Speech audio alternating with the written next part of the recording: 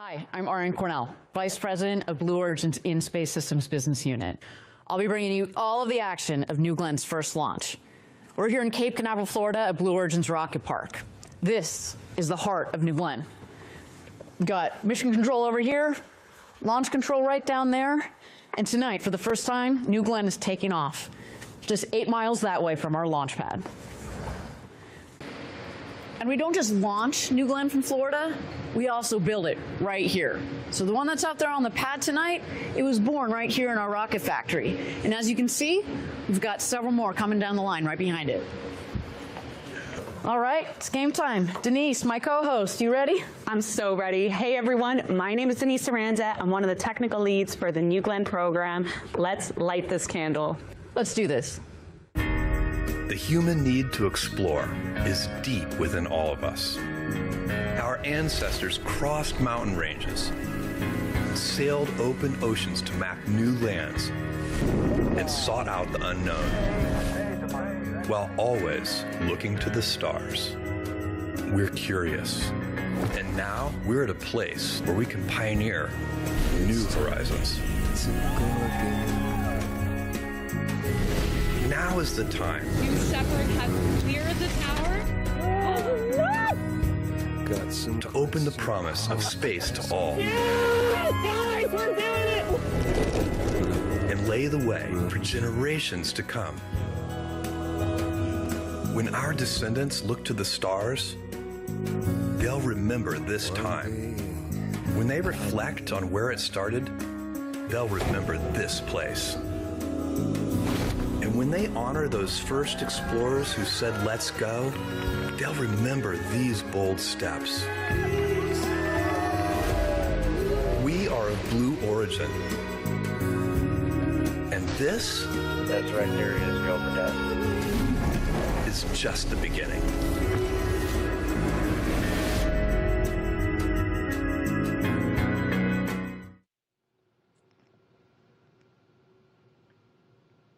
Welcome, everyone. It is a beautiful day to launch our new rocket. Denise, thank you so much for joining me. Thank you, Ariane. I can't believe we're here together. You know, so many years of hard work from across all the teams at Blue Origin to bring us here today. And a warm welcome to everyone watching. I've been at Blue Origin for 4 years, and I just got to say, I am so thrilled to be here. You were speaking my language, girl. Now, Denise, you're one of our principal engineers on the New Glenn program. I'm looking forward to your insider perspective as we go through launch. What do you think you're most looking forward to tonight? So many things, but I think for me, hands down, it's going to be the noise. You know, New Glenn is just so big. Those BE-4 engines are so powerful, and it's so close to us. I really think that people all up and down the Cape and Cocoa Beach are going to see something brand new today. And yep, that's what I'm here for.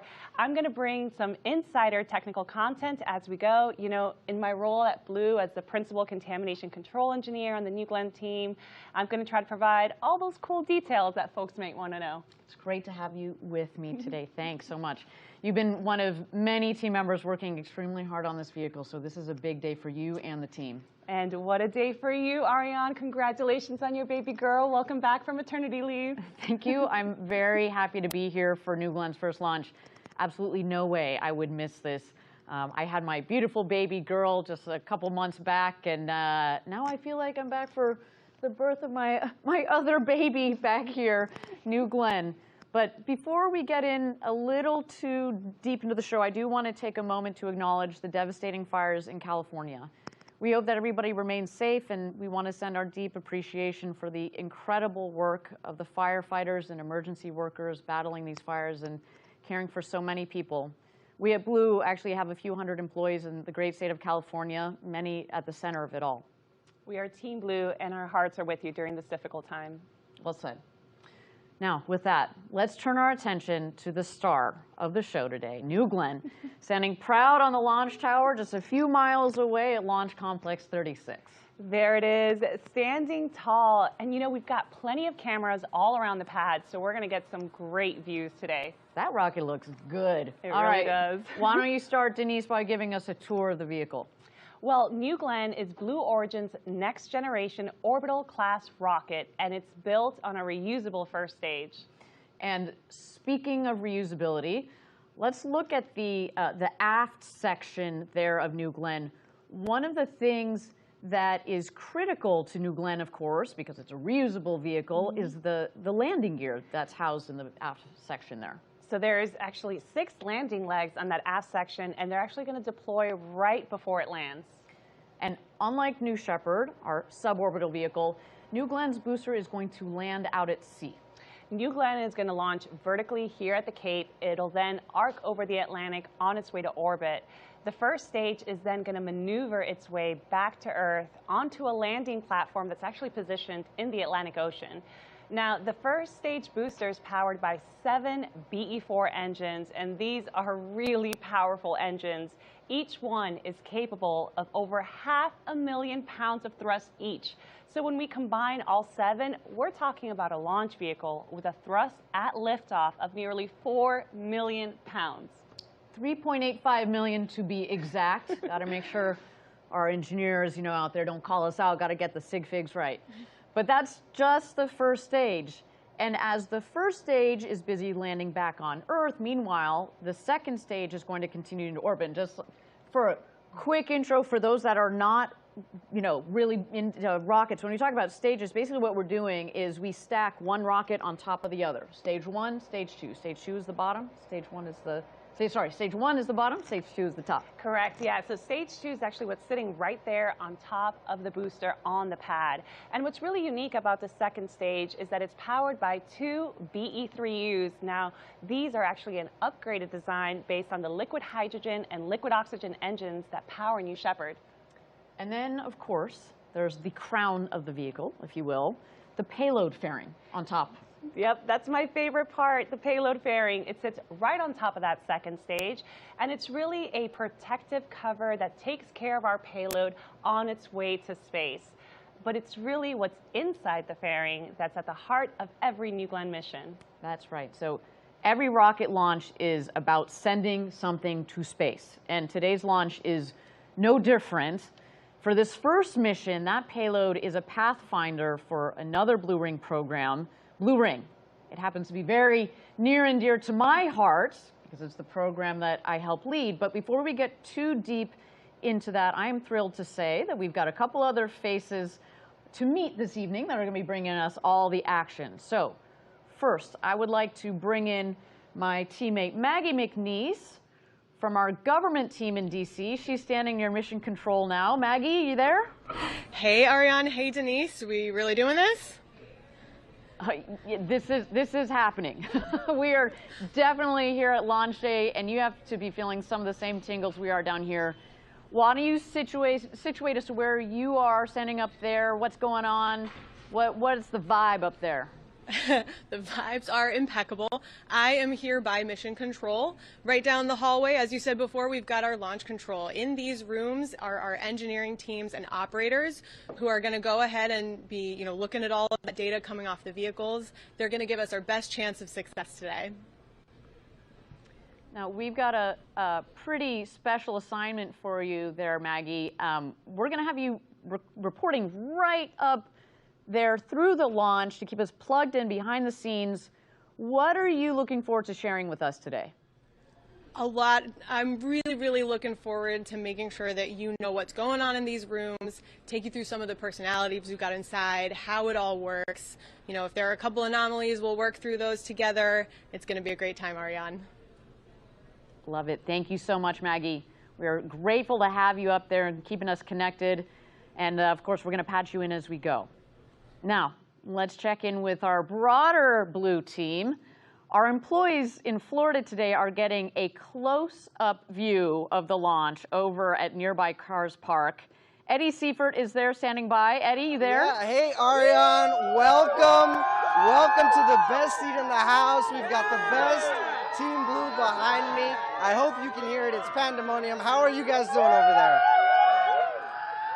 Oh my God, I love the energy.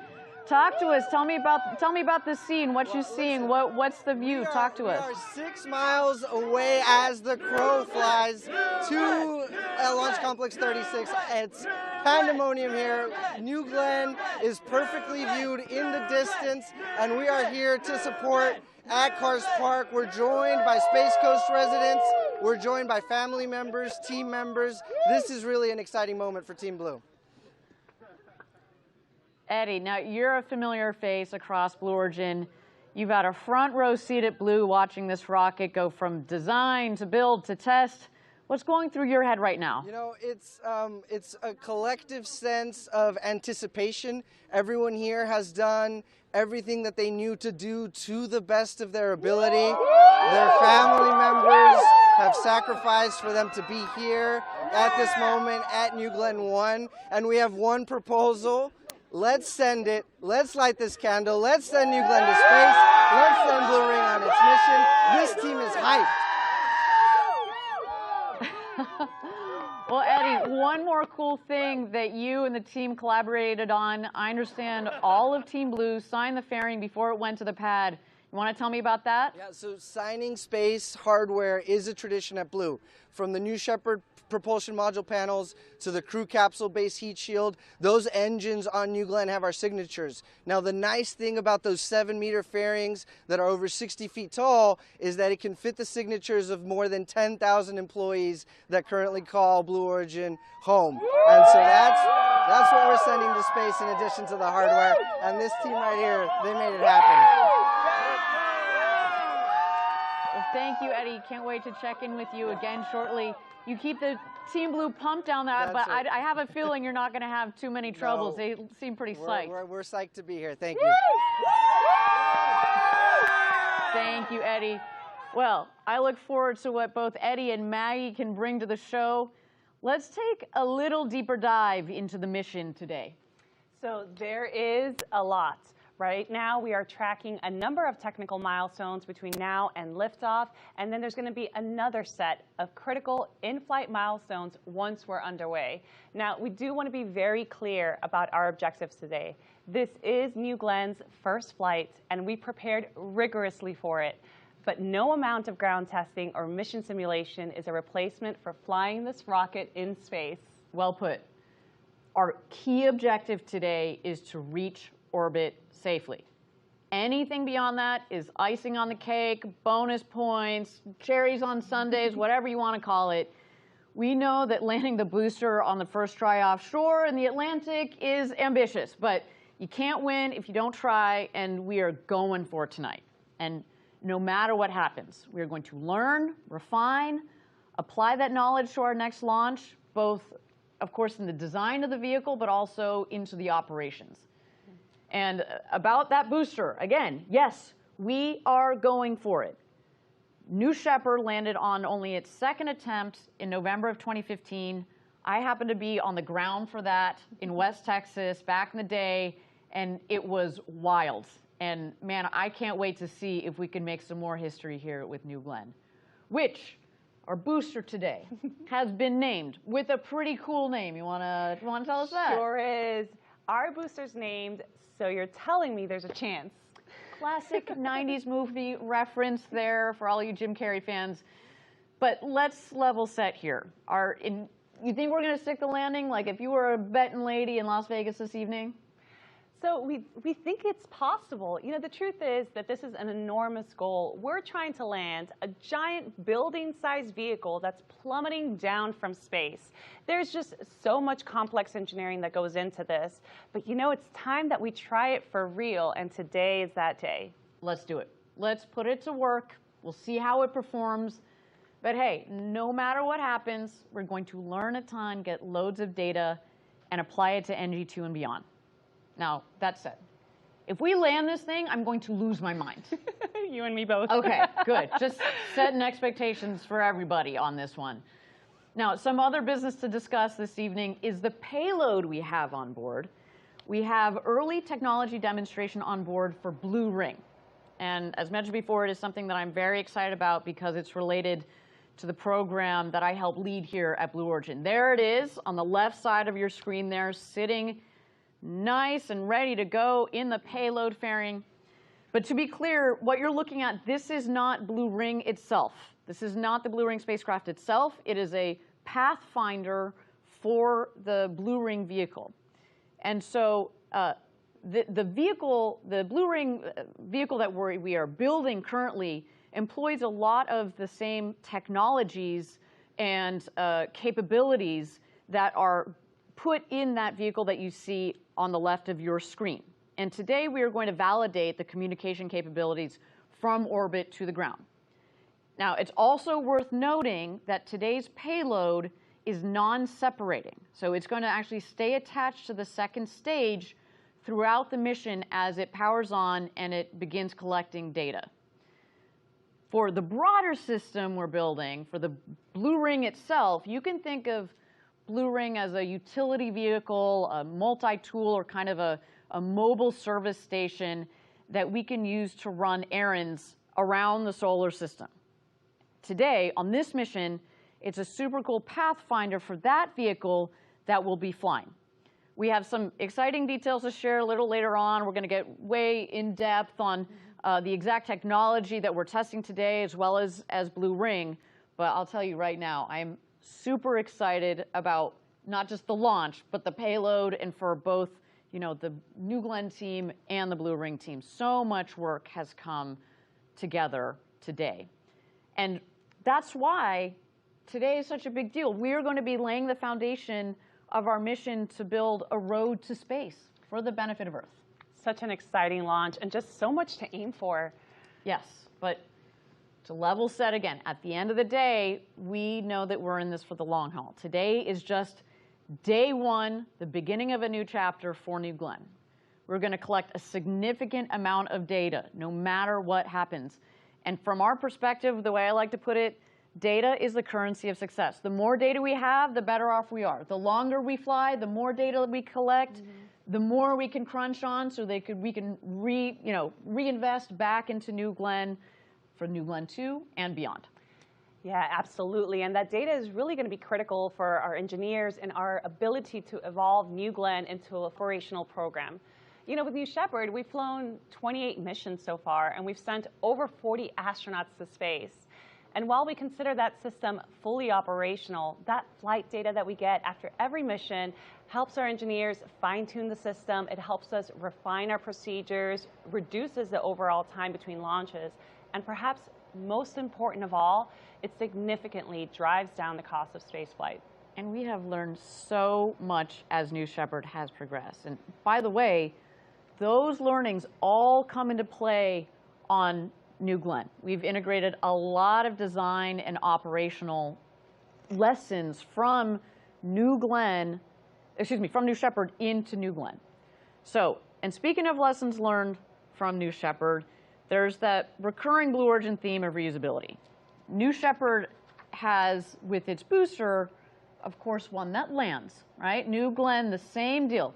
But let's point out one big difference. New Shepard lands on a landing pad in the desert, while New Glenn's landing pad is out in the Atlantic Ocean. I should take a moment to note, you know, the ocean, the seas out there have been quite rough for the last several days. So, you know, that is why we took a little bit of extra time to get a really good chance of landing this booster tonight. So a big kudos to our team that is out there operating the Jacqueline. They have been rocking and rolling with the waves out there for several days, but things are going to get exciting this evening.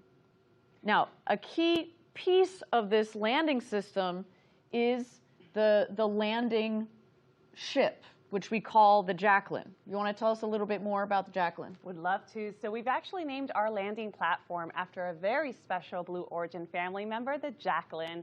It's right now out at sea, a couple of 100 miles from Cape Canaveral, and the crew that's operating the Jacqueline is actually positioned nearby in a different support vessel. That seems prudent, doesn't it? It does. Just saying. We're also going to, there it is. And we also have a lot of cameras on our ship today, so we expect to be able to watch it live as our booster touches down, and that's just going to be so cool. Yes, it is going to be such a pivotal moment. Our first landing attempt for this rocket, we have got to make sure that that gets captured regardless of what happens. And there's a live shot, a beautiful landing pad there with our Blue Origin feather, just waiting to just welcome home a rocket from space. No big deal. And after that booster lands on the Jacqueline, the vessel is going to transport the booster back to our facilities here at Rocket Park. We're going to do an inspection before flying again. And this is, of course, very important because... You've heard us sing this tune before. Reusable vehicles are how we will radically reduce the cost of access to space. Now, I hope you're all out there getting a sense of the set pieces here that make up today's launch. We've got the vehicle itself. We've got the ground systems, but we've also got the sea-based systems. And of course, all of the people, the teammate across the Cape and the US, frankly, that are working hard to get us to our launch.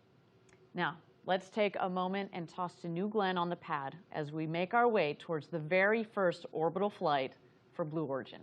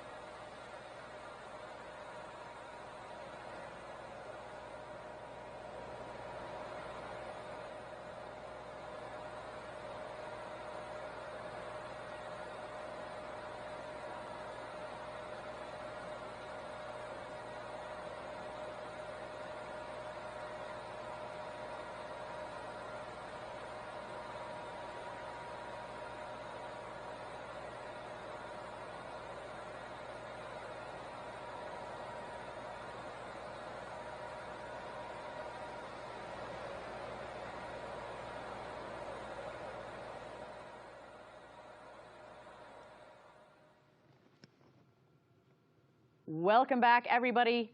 We are officially at T-minus 38 minutes and 57 seconds to go until launch, our first launch of New Glenn.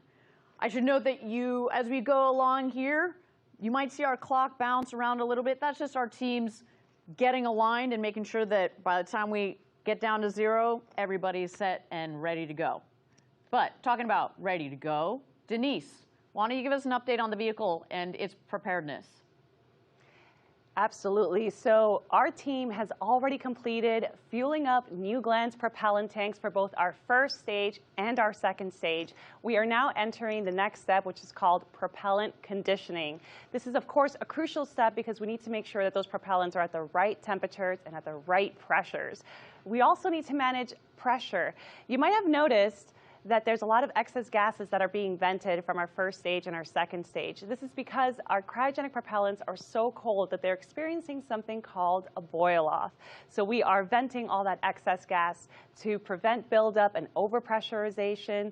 You may have also noticed on your screen that we have the flame stacks, or what we lovingly call the tiki torches. That's there as a safety mechanism to make sure that we are burning all that flammable oxygen and hydrogen, protecting New Glenn and our launch pad. So that is where we are right now. We'll keep tracking progress as we make our way to terminal count.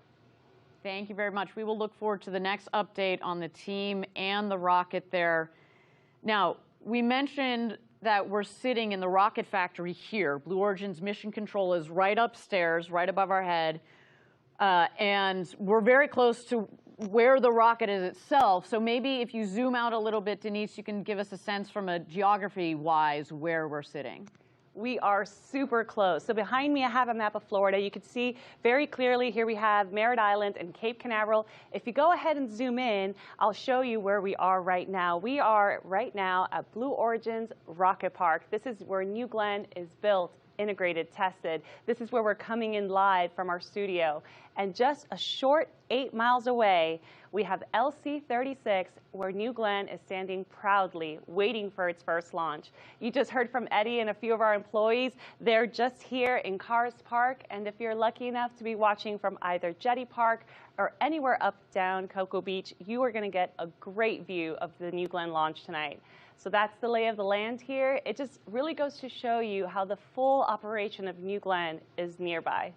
And not only that, but New Glenn, the New Glenn operation is also right in the heart of all this great space history here in Florida.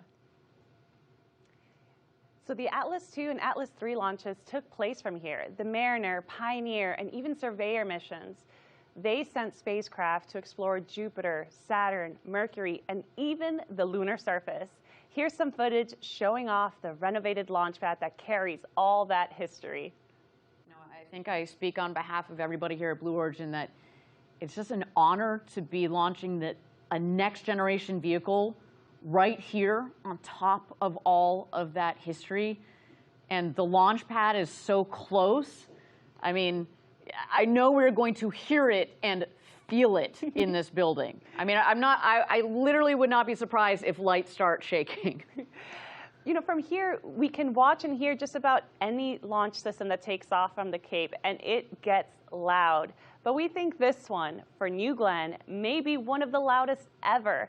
For one, the pad is just so close to Rocket Park, but also there's just the enormous size and power of those 7 first-stage BE-4 engines. And we have been talking about that rumble for years, and I cannot wait. As a California girl who has lived through a couple of earthquakes, I am ready for this one. This is going to be awesome. Now, you mentioned a second ago, it's just so unique that the public is going to get such a great view of New Glenn launches, especially from viewpoints like, you know, Jetty Park, Port Canaveral, Cocoa Beach. So many people gather to watch launches from these spots already. And wow, I mean, look, this is a live view. If you're sitting there right now in Cocoa Beach, shout out to you guys. You're probably sitting in a nice lawn chair with a cold beverage in your hand. That's what I'd be doing if I weren't here behind the desk with you, Denise. You guys are going to get to see and feel this launch with an insane view. So, you know, other than maybe tripping some tsunami warnings, y'all are going to have a great evening. There really is nothing better than a beachside rocket launch. Well, and weather permitting, it's not just people down here in Florida. People in the region, kind of the southeast region of the U.S., you see this image right here. Look, that's going all the way as far north as, you know, North Carolina, several states north, are going to be able to see this launch during different phases of flight based on where you are. So a little bit of a guide here. If you guys are all still up, you know, it's a bit late here on the East Coast, but this is an exciting launch. So shout out to you guys as well that are watching live from the East Coast. All right, everybody, we're at T-minus 33 minutes and 30 seconds to go and counting down to our launch window opening at T-minus 0 for New Glenn's first launch. Denise, I cannot believe I'm saying that. We've been talking about this such a long time. It's just wild. Now, again, this is our first flight. We have prepared rigorously for it, but I want to reiterate, our key objective today is to reach orbit safely. That in itself is a big deal, and anything beyond that is a bonus. That said, we also know that landing the booster would be very cool. We also know that it is very ambitious to do this on the first time, but we're going for it. And no matter what happens, we are going to learn a lot, we're going to refine, we're going to apply that knowledge to our next launch and beyond. It is an exciting day, and we are so glad that you, our audience, is here to join in on all the action and all the excitement. Okay, while we've got a moment, we've got this beautiful rocket on the pad on our screen. Why don't we dive in a little bit deeper on New Glenn? Denise, our experts here, why don't we dig in, give our audience a sense of what sets this vehicle, New Glenn, apart from other launch vehicles, both, you know, past and present? Well, to start, it's just massive, just over 320 feet tall, or almost 98 meters. And just think about that. That's like a 32-story building. It's really hard to describe what that means, but another way to think about it, we all know and love New Shepard. Picture 5 New Shepards stacked one on top of the other, and that's approximately the height of New Glenn. And that's remarkable when you think about that jump from New Shepard to New Glenn. Just that size. Oh, say, there you go. You see this great image on our screen here that gives you a sense. We talk about step by step ferociously. That is a That's a big old step we're taking tonight. It's also amazing to think that New Shepard technically could fit as a payload right inside of New Glen's fairing with room to spare on the sides. And as fun as that would be, we don't really need to ship New Shepard off to another planet anytime soon, as far as we can imagine, although that would be a pretty cool, That would be cool. sneaky, you know, third and fourth stage if you count that capsule in there. But that said, we make this point because it speaks to future capabilities, like moon landers, other large vehicles that are similar in size to New Shepard. You know, it is incredible that fairing volume and the size, what it's going to enable as we build this road to space. Now, it's not often that you get to stand next to a massive rocket like that on a launch pad, ready to go to space. But you and I had an amazing opportunity. This is just a day or two ago. And I don't know, I just look at this video and I get tingles. It was incredible to be at the base and looking at what our team has worked on for such a long time. There you see the flame trench. Smoke and fire, baby. That's what we're looking for tonight. I get chills every time I watch that. I mean, that was just so incredible. That's not something that I will likely forget anytime soon. It's just so tall when you're standing right next to it. Yeah. Well, that tall rocket is going to space tonight. And you all are going to be here to watch and cheer on with us. It's a big night. That's all I can say. Yeah, I mean, hopefully that'll give you a key differences between a vehicle like New Glenn and others that have lifted off from this pad in the past.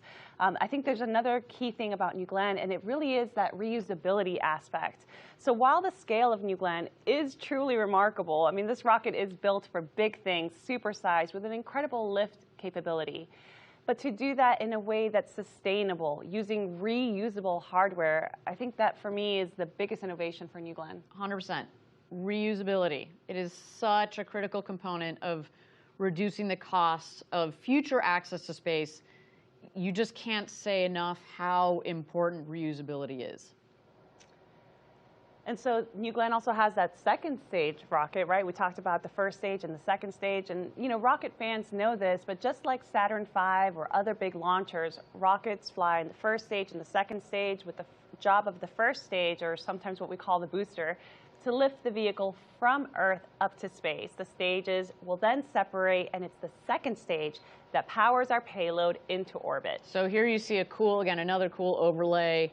Oh, you saw it just a moment ago of the Saturn V rocket. I mean, we are just about the same height, like, and the power of the two vehicles and the significance to be compared to that is amazing. And you know what? Our game plan, like Saturn V, our game plan is to use New Glenn to go to the moon too. I hope you host that webcast with me too on that one. Coming here shortly. So that's our orbital rocket in a nutshell. Now, while we've got a couple minutes to go here, we're at T-minus 28 minutes to go until New Glenn's first launch. Why don't we check in with our teammates over at Cars Park? Eddie, you there? Yeah, hey Ariane, we're here at Cars Park. We're less than 6 miles as the crow flies to Launch Complex 36. We can see a great view of New Glenn standing 320 feet tall, the two vehicle access towers, one of the largest water towers in the world, and we are ready. Aren't we ready, team?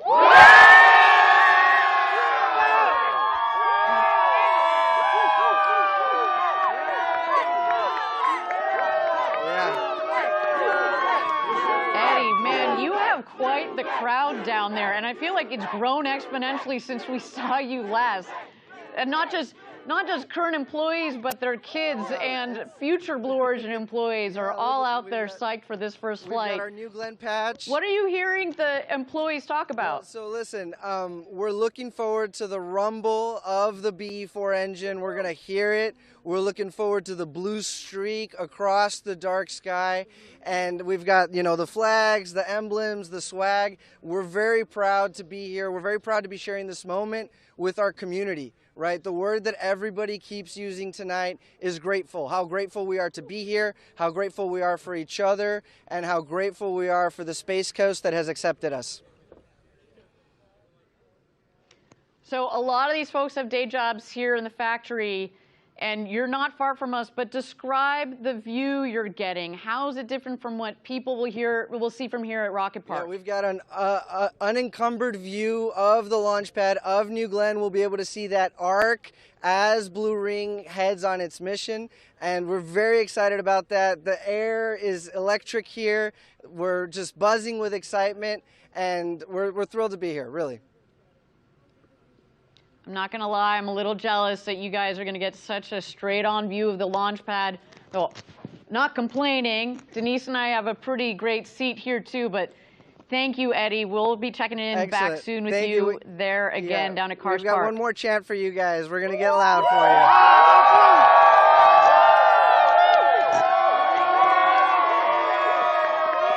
Wow, I love it. I love it. You feel the energy down there. I absolutely love it.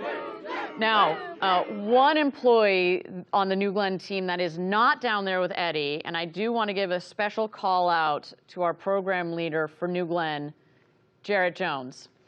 Jarrett has led the New Glenn program for years, and I'm very grateful to be able to call him a friend. He has a deep background in aerospace.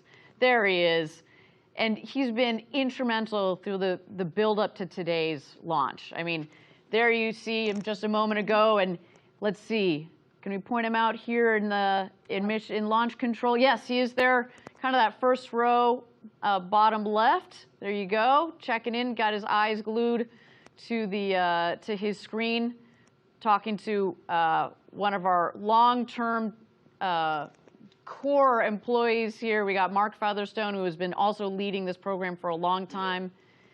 And man, and you saw that image just a moment ago with him in front of the New Glenn. That was the day that we installed the 7 engines on New Glenn for the first time. And I'm pretty sure he is absolutely psyched. You also see the gentleman in the center of that front row in the green sweatshirt. That is Dave Limp, our CEO, who joined us just about a year ago. And man, talk about sparking some fire. It has been wonderful to have him on the team with us, and he is clearly absolutely dialed in. And last but not least, in between Jarrett and Dave, Jeff Bezos, our founder, who of course has been thinking about this day for many years. And I should also throw in a special happy birthday to Jeff. What a day. I wouldn't mind having a rocket launch on my birthday, but this man deserves it. So much patience, commitment, passion for what we're doing.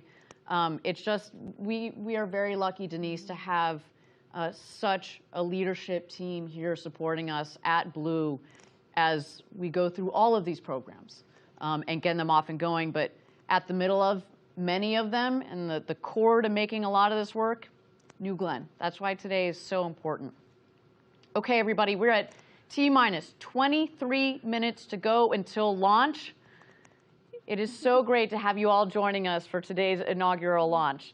We have folks tuning in from all over for this big day, and of course we had Eddie and the team down at Cars Park, but we also wanted to give a nod to a couple special groups watching from across the nation.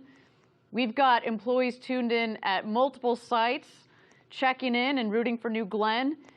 As I mentioned, not only do a lot of our employees work on multiple programs. There we go. We got Kent. We got Huntsville. I love it. Kent, of course, our headquarters. I see you guys. Huntsville, where we build all of our engines, our BE4s, our BE3Us, and of course, Blue Ring. You guys should be so proud. Their team spirits. Oh, I just know that everybody here has worked so hard for this and cannot wait for the next 22 minutes. Hi, everyone. And our team down in Huntsville, our beautiful engine factory. You guys are just the best, just the best.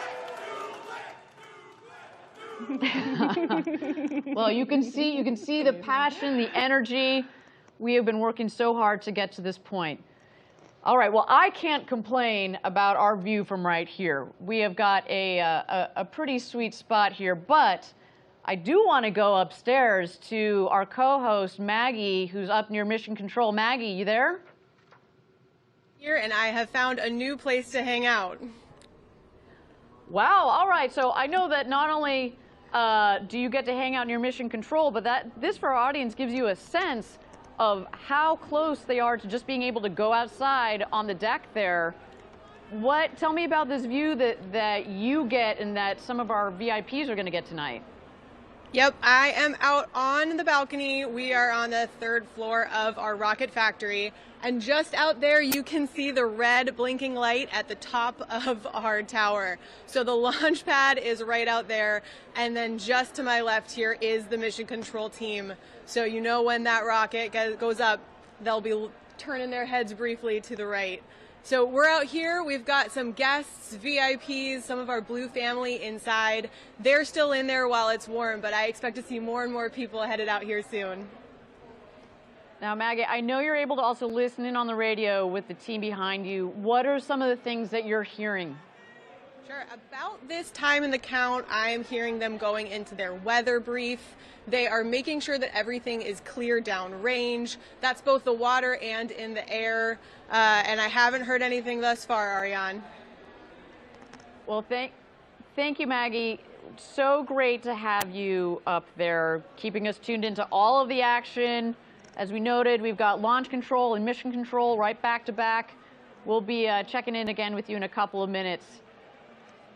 Okay, we're at T-minus 19 minutes and 50 seconds to go until our targeted liftoff.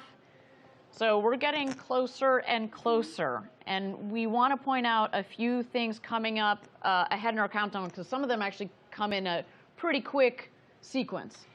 Yeah, so coming up, we're going to have a planned weather check. This is where our teams take one last look at the weather for launch today. This weather check validates that our trajectory is still on track, and the team will continue to close out any remaining open items that could be on their dashboard. The very capable folks in launch control upstairs will undoubtedly be checking through closeouts over the next few minutes or so. And once we get through those, we'll start to go into some final vehicle checks. So do you want to walk us through those final vehicle checks? Once we get to about T-4 terminal count, we're going to transition New Glenn into where our auto sequence begins. And the operation really becomes hands-off for our operators. We're going to be switching New Glenn to internal power, internal hydraulics, and things will move really quickly from there. And then, as we approach the final moments, and just before we light the engines, there's this water deluge. It's a huge water deluge. This is going to engulf the flame trench completely, which is going to protect our rocket from vibroacoustic and thermal loading. Finally, autopilot will be enabled.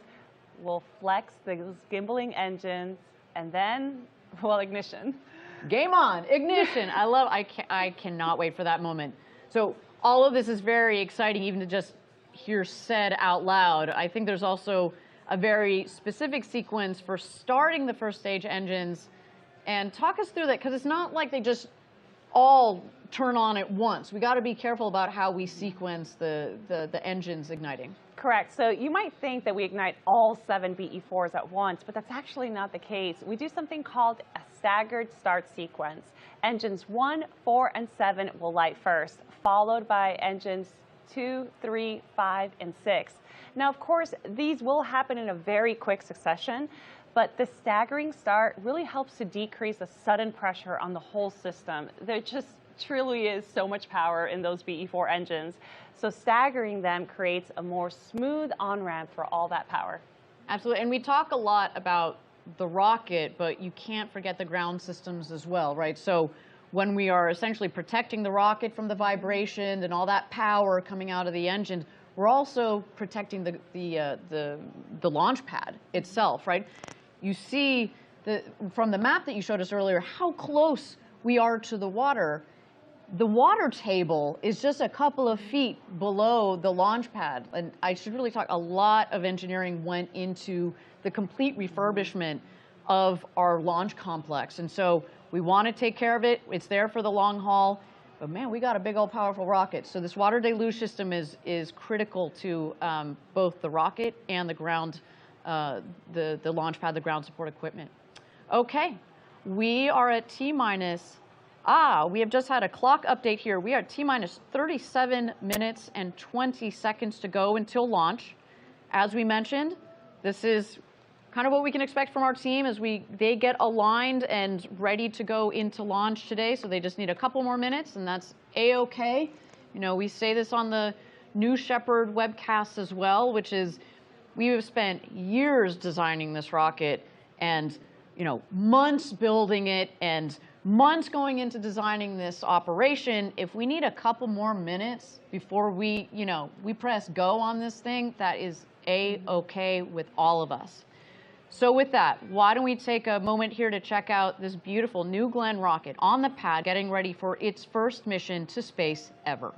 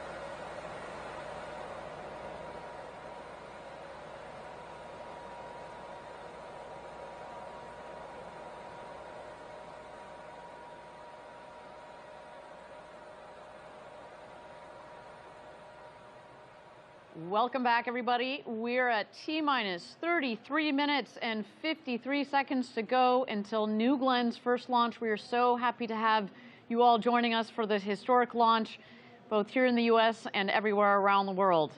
Denise, tell our audience, where are we up to in the preparation of our vehicle? So right now we're completing a systems functional check for New Glenn, and this is critical because we're ensuring that all of our systems are operating nominally. We're going to verify propulsion, avionics, guidance, communications, and even safety systems. Our engineers are also running diagnostics on all the BE-4s and BE-3Us. We're checking flight computers, we're checking telemetry. We're also going to do one final comm check. This is really crucial because we want to make sure that we're getting the right data between the rocket and the ground, as well as verifying the signal integrity. Now coming up, we're going to do one last weather check. This is where we get real-time data on wind speed, direction, temperature, humidity, cloud cover, lightning, even thunderstorms. Not just for the LC-36 pad, but we're also checking the weather where the Jacqueline is, so that she's ready to receive our booster. So that is where we are right now. Things are going to move quickly here. Thanks, Denise. And yeah, we should reiterate again, the weather, we got to take into consideration the weather here, but also downrange. where the landing ship is, the Jacqueline. We've mentioned it earlier. Of course, that was one of the reasons why we needed to take a little bit more time before getting to launch this evening. The sea state out there, it was a little rough. They were rocking and rolling. And we want to give our rocket the best chance of coming into land and sticking that landing on the Jacqueline. There is the Jacqueline ready to receive the first stage of New Glenn so we can take it back home, refurbish it, put another payload on top, and go again. But again, we should reiterate some of our objectives for today. The primary objective is to go to space, go to orbit safely. That's number one. And if we happen to land this booster, as we mentioned before, there are going to be a lot of people losing their minds, mine as well. So stay tuned for that. Now, Denise, why don't you go through a little bit more of the flow down there? So the Blue Ring team is up in mission control right now, also surely tracking their own checklist as they make sure the Pathfinder payload is ready to go to launch as well. Correct, yeah. So upstairs at the MC, we'll have a launch control and mission control. So our launch team is the one that's doing all these system checks on New Glenn, while mission control is making sure that they're doing similar system checks for the Blue Ring Pathfinder. Wonderful. And let's take a second and dig in a little bit more on that payload. The Pathfinder is a cool piece of technology, and really, it's just the initial demo for a vehicle program called Blue Ring that's quite far along in its own development. And we mentioned this earlier, today's demo is a non-separating payload.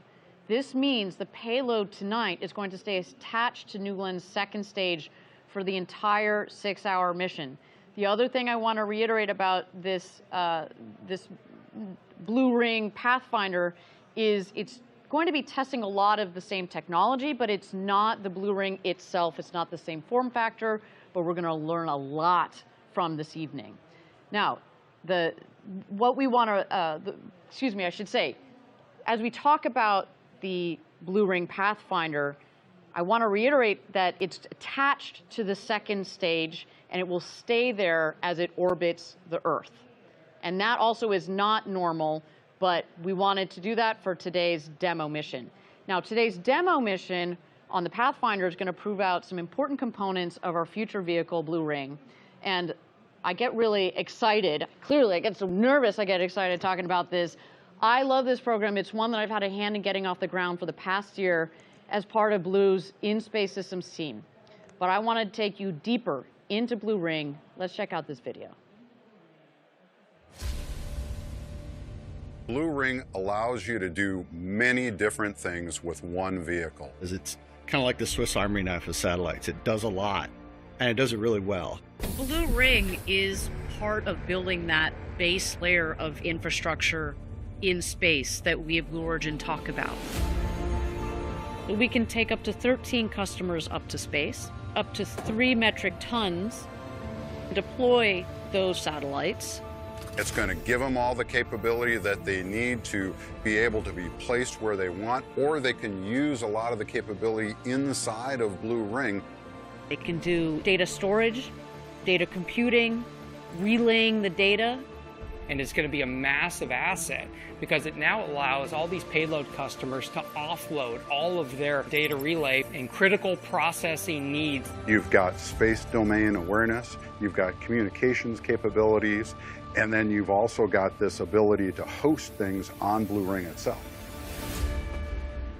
For customers who need orbit maneuver, we can maneuver them between orbits, within an orbit. We can have nominally 3,000 meters per second of delta V with this vehicle, and in some configurations all the way up to 4,000 meters per second. And it has dual propulsion systems, meaning that I can use the chemical systems for really fast maneuvers, but then have electric propulsion for all of the station keeping and low energy maneuvers. A lot of our work is going to be done in geostationary orbit for sure. But we've got capabilities to go out to cislunar orbits and interplanetary.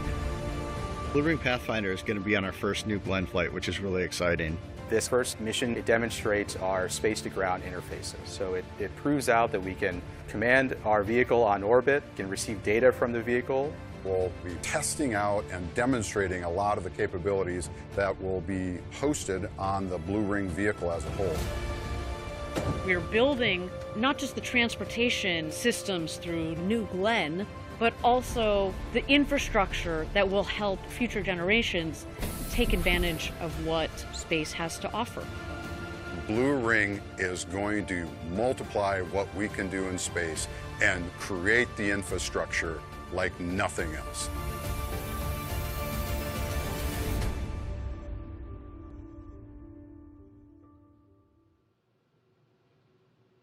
I don't know about you, but I am pretty excited, if you can't tell, to be able to say that the team I work with in my day job, Blue Ring, is the team behind the first payload ever on New Glenn. It is so, so cool. Thinking about the way a vehicle like Blue Ring will open up access to space. I mean, that's really what it's all about. That key aspect of today's mission is that demo of space-to-ground communication capabilities for Blue Ring. You got it. The Blue Ring Pathfinder will be testing its ability to send commands to the spacecraft, receive telemetry, and edge processing software that will demonstrate local autonomy and machine learning that will be part of the storage and compute mission kit that's going to be flying on all of the future Blue Ring vehicles. So basically, it has a computer predicting if the spacecraft is getting sick. We're also testing radiometric tracking, which, by the way, helps in navigation by using radio waves to track the spacecraft's position and velocity. So basically, radiometric tracking uses radio frequencies to track where the vehicle is and where it's going. So Blue Ring is going to be very busy during this mission. It'll be sending and receiving data, it'll be tracking its own location and processing mission data real time. And all of this will be communicated over RF to Atlas antennas stationed in Hawaii, the state of Georgia, and even Australia. Yeah, these ground stations will collect telemetry and radiometric data, which is crucial for understanding how the spacecraft is performing and navigating in highly elliptical orbits in the MEO range. Now, this is unique because it allows the spacecraft to spend a significant amount of time over specific areas of Earth, making it an ideal orbit for certain communication and observation missions. And this is all part of proving how Blue Ring can navigate. All the data collected from this mission will be used to support the future production of the Blue Ring space vehicle, which undoubtedly will play a vital role in further space exploration and communication technologies. That data and experience gained from this Pathfinder mission will be invaluable for our engineering team. It really does pave the way for more advanced missions. It helps ensure the reliability and the efficiency of future Blue Ring vehicles. There you have it, folks. Now, Blue Ring Pathfinder is supported by the Department of Defense's Innovation Unit, or DIU. And let me tell you, we're so thankful for their involvement today. I should say they have been so supportive of our Pathfinder, but just the Blue Ring. So thank you to them. All right, with that, we're at T-minus 24 minutes and 3 seconds to go until T-minus 0. This is NG-1, the first flight of New Glenn, and we are so glad you're here joining us this evening. Why don't we take a moment to talk about our mission objectives for the launch? This is our first flight, and we've prepared rigorously for it, but we also know that none of this is easy. And our key objective today is to reach orbit safely. Anything beyond that is icing on the cake, bonus points. We know that landing the booster on the first try offshore is ambitious, but we are going for it. No matter what happens today, we are going to learn, refine, and apply that knowledge to our next launch. We're really looking forward to seeing how the vehicle performs. As I said earlier, more data, the better, right? We've pushed every single part, component, system in our testing well beyond its limits by design, but we also recognize that no amount of ground testing or mission simulations can replace the real-world conditions of flying this system into space, which is why we can't wait for the mission to get underway, see how things perform, and apply all the lessons learned to our next launch and beyond. It is an absolutely thrilling day. Again, we're so glad that you're here to share it with us. Now with that, we're at T-minus 22 minutes and 30 seconds to go until launch. Why don't we take a moment and check out New Glenn on the pad as it gets ready for its first launch to space today.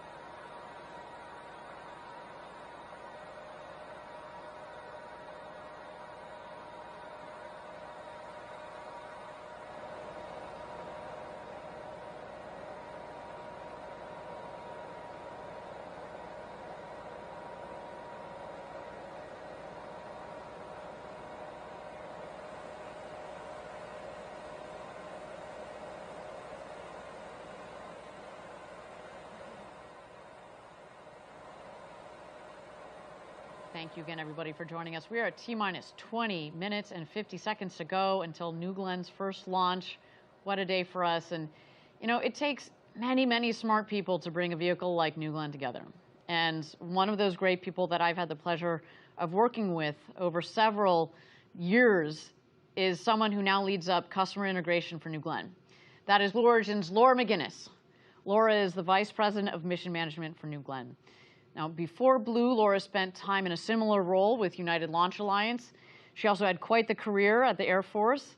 And I had the pleasure of chatting with her just for a few minutes, just a little bit earlier, to hear what customers can start to expect from a vehicle like New Glenn.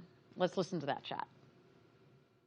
Laura, thank you for taking the time, especially on such an important day, to give us a tour of the factory. This is kind of like your second home, I imagine, for the last couple of weeks. Absolutely, Ariana. We're so excited about this factory and super excited to show you all a little bit about it.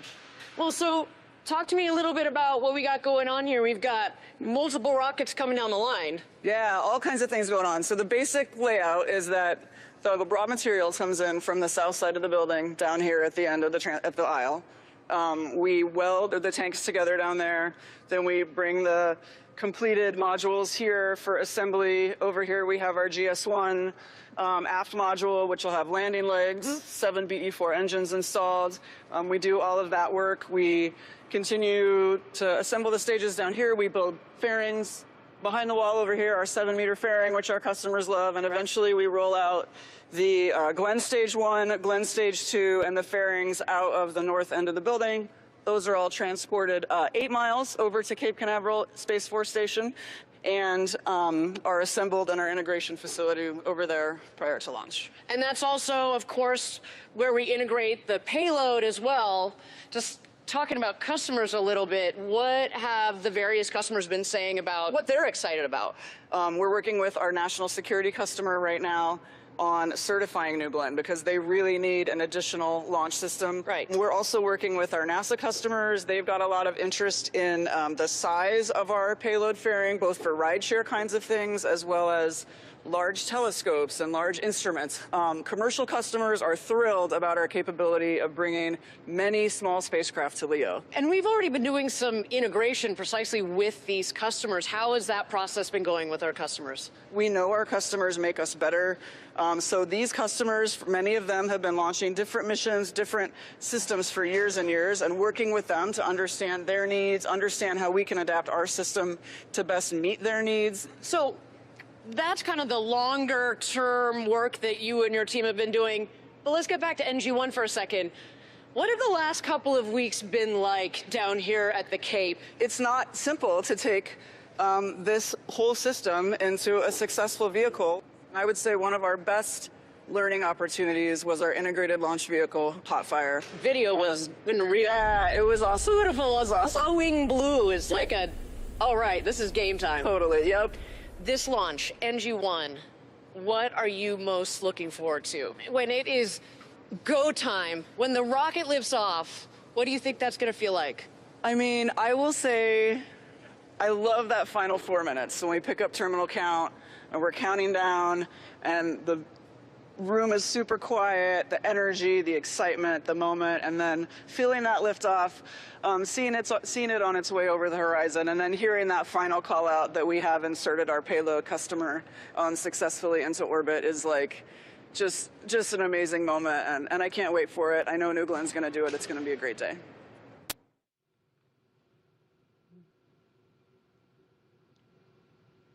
A big thank you to Laura again for joining for that quick tour through our factory right behind where we are this evening.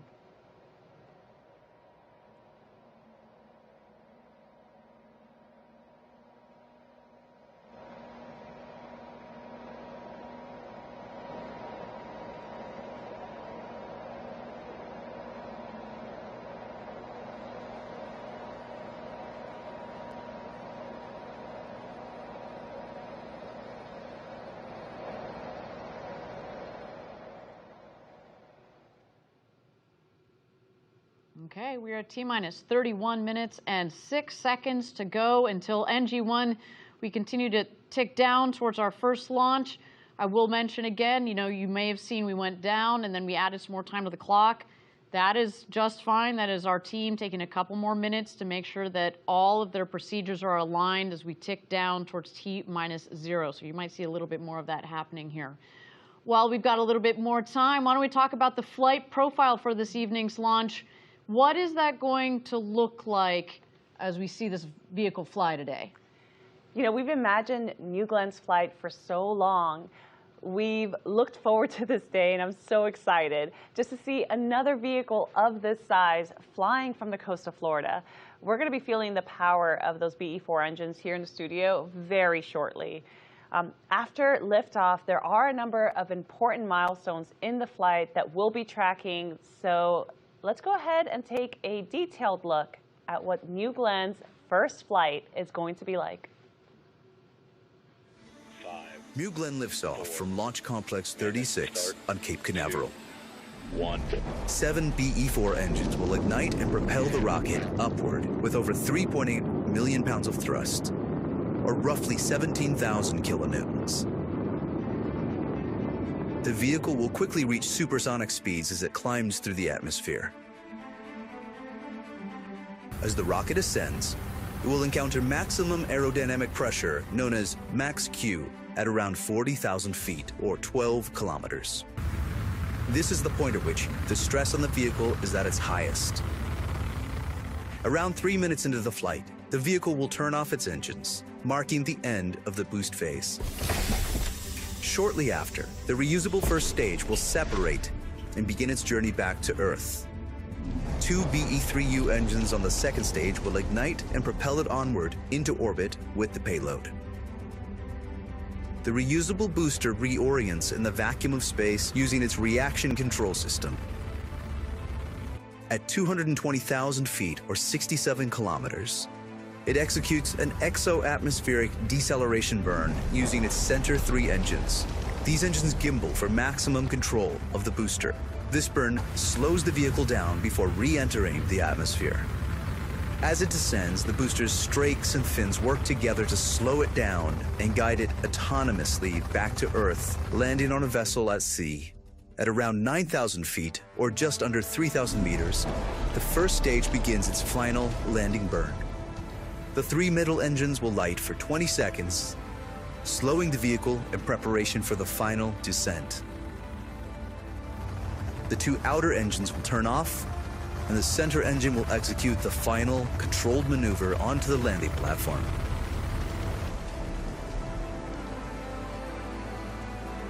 The vessel will return to Cape Canaveral to prepare for its next mission. Meanwhile, in space, the second stage will continue to power the payload towards its final orbit. At around 400,000 feet or 120 kilometers, the payload fairings will jettison. New Glenn will deliver an unprecedented range of payloads. Large satellites, dual payloads, orbital vehicles, large constellation dispensers, even moonlanders destined to establish permanent human presence on the moon. This is New Glenn. This is how we will build a road to space.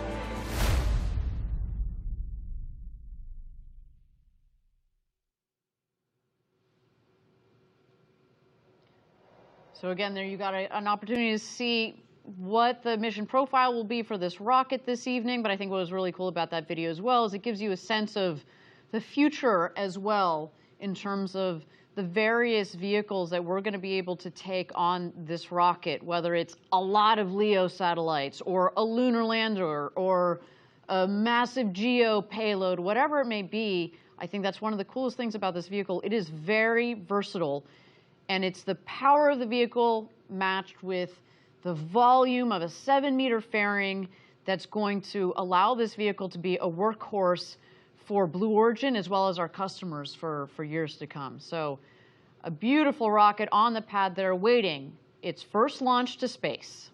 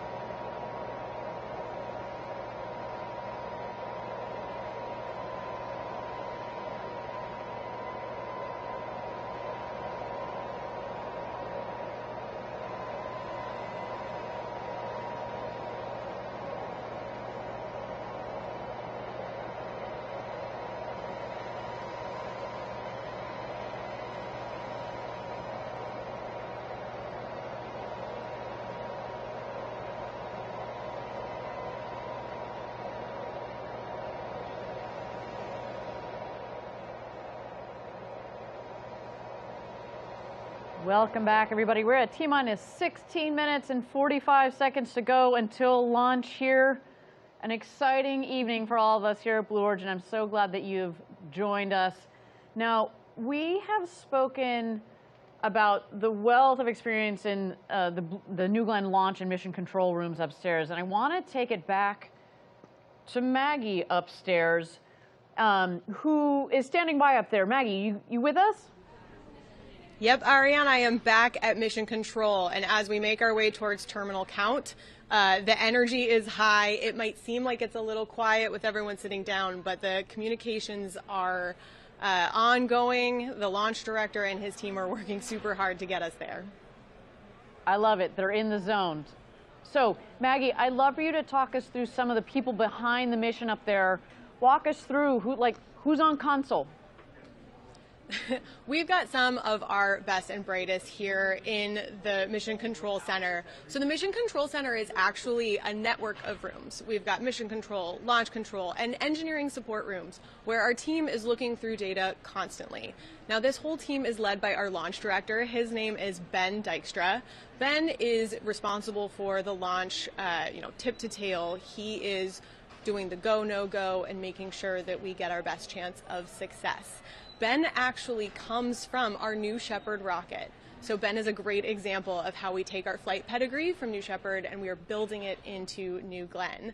Now Ben and I go way back. We worked on New Shepard together for quite a while, and I've had a chance to talk to him quite a bit this week. And I was asking him what his pre-launch traditions are and what he's bringing here to New Glenn. And he gave me a couple answers. One, he sets 3 alarms because he really does not want to miss his call. I have a feeling he didn't have to actually use all 3 of them today, but I'll ask him afterwards. And then he also sets little Post-it notes on the screens of his console mates so that they get a little funny note or a little encouraging thing from their launch director before they go. And then when we do terminal count, he will be doing his fist bumps with the entire team. I love it. I know Ben is going to crush it. Why don't you give us some other highlights? Who else is supporting Ben with launch control today? Ben is supported by a really large team, and we're not going to have time to touch on them all, but a couple here. First, we have Ann Dickey. Ann is the assistant flight director, and shout out to New Shepard again. Ann comes from that program as well. Now, Ann has been working the integrated schedule all week long, really making sure that this team is ready to go. And after we launch successfully, she is going to get herself an ice cream cone, and I will be joining her. Next, we have Martin De La Torre. Martin is a ground controller, which means that he will be working through all of the data and controls of our ground system out there at the pad. So as complicated as we all know rockets can be, the systems that are working around it are equally as complicated. And so Martin has a tough job today, but we know he's working hard. His favorite quote is from Stephen Hawking, and so he's got heroes, I think, like the rest of us. Next, we have Stephen Shelley. Now, again, you talked about the Jacqueline a little bit earlier. That's our offshore vessel, and Stephen Shelley is our offshore recovery lead. So as we go through this whole process, the team and the launch director, Ben, are constantly checking in with Stephen to make sure that we know that the barge is ready should we be able to land New Glenn. His launch day ritual is actually the same as Ben, another 3-alarm guy. So we'll be asking him as well. And then last, but certainly not least, we have Megan Lewis. Now, Megan is one of our 2 primary launch controllers, which means that she has control authority over a lot of these major systems on New Glenn. Megan is from Utah, and in a very sweet story, Megan is actually wearing a bracelet today that her grandfather gave her grandmother with charms for every Apollo mission that he worked. So a really incredible legacy of spaceflight in that family, and they're bringing it to the Blue family. So we're really proud of them today. Megan Lewis and team, led by Ben Dykstra, are getting it done. I love it. Just some wonderful stories, and each one of them has their ritual. I'm glad that seems like their alarm system has worked, because yes, they are all on console and ready to rock and roll today. That's a good thing. So, hey, Maggie, stay plugged in up there for us, and we will keep checking back in with you. All right, everybody, we're at T-minus 11 minutes and 40 seconds to go until launch. Why don't we take a moment here and send it over to the pad and check in on New Glenn as it gets ready for its first launch to space today.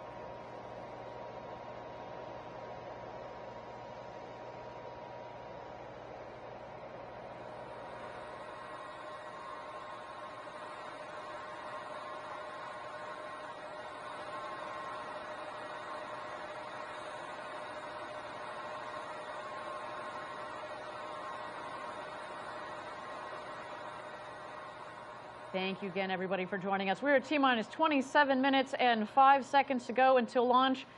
You may have noticed that we've added some more time to the clock. As we mentioned before, this is just our teams getting aligned, making sure that each of the separate sub-teams have all gone through all of their checklists, make sure that everything is in the green, making sure that the weather here at the Cape and downrange, everything is within bounds. So again, if we need to add a couple more minutes, that is quite all right with us.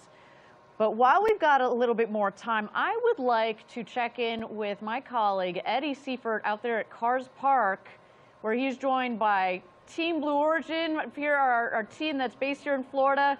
What you got going on down there, Eddie? Yeah, hey Ariane, welcome back to the best seat in the house here at Carrs Park. I'm with the Smith family. We're working at Blue Origin, and working on rockets is a family affair. I'm with father Mike Smith, son Corbin Smith, and granddaughter Elizabeth. Elizabeth, tell me, you've sent a postcard to space, is that right? Yes. And tell me, what was on your postcard? There was rockets and planets. Rockets and planets on the postcard. Now, Corbin, how did you get your start at Blue Origin? So I first started up in Huntsville, where I worked with an amazing team on the engine crew, building BE-4 and BE-3U. Now I'm here down at Rocket Park, building the thrust structures for GS-2. Excellent. Must be special to be working on that GS-2 rocket out there. And Mike, how about you? How did you get your start at Blue? Well, it was my son that actually encouraged me to apply, and we got hired around the same time. And it's been awesome being able to work with him on different projects. We get to talk about work at home and do different things. We bleed blue at home. Excellent, excellent. And Elizabeth, tell me, what are you most looking forward to today's launch? For the rocket to go up in space. Well, I think we're going to end on that note, Ariane. We're looking forward for that rocket to go to space. Let's send New Glenn to space. Let's light this candle. I love it. It is a family affair, and I love seeing the different generations there, father, son, pair working at Blue. I look forward to seeing that little firecracker, that little girl joining us in a couple of years here in the future. It just speaks to, it takes years to build these rockets, and that's what we're here to do at Blue. We're here to build these rockets that are laying the foundation for building the road to space, right? And so that children like her can pick up the torch and build on top of that. We're setting forth so that they can build infrastructure in space, and really, it's all for the benefit of Earth. Well, with that, thanks, Eddie, for checking in with us. We are at T-minus 24 minutes and 10 seconds to go until launch. Let's check out New Glenn on the pad as it gets ready for launch this evening.